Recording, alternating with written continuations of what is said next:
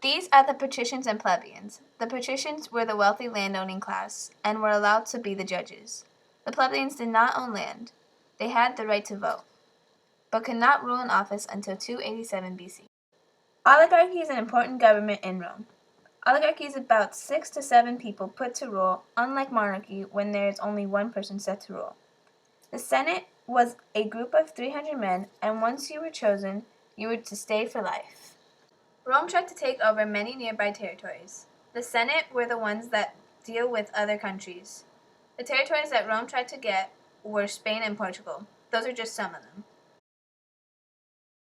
Rome created many cultures and many buildings, such as the Colosseum, which was created for the Olympic Games or chariot races.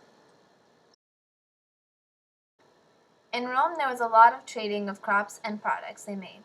Most of the Roman people were farmers, so they can trade items or goods with other territories or countries. Here's a video on the Roman Empire. After a year as consul that included getting the Senate to pass laws largely because of intimidation by Pompey's troops, Caesar landed the governorship of Gaul, at least the southern part of Gaul that Rome controlled. He quickly conquered the rest of Gaul, and his 4 loyal armies, or legions as the Romans called them, became his source of power. Caesar continued his conquests, invading Britain and waging another successful war against the Gauls. While he was away, Crassus died in battle with the Parthians, and Pompey, who had become Caesar's rival and enemy, was elected consul. Pompey and the Senate decided to try to strip Caesar of his command and recall him to Rome. If he returned to Rome without an army, Caesar would have been prosecuted for corrupt consuling and also probably exceeding his authority as governor, so instead, he returned with the 13th Legion.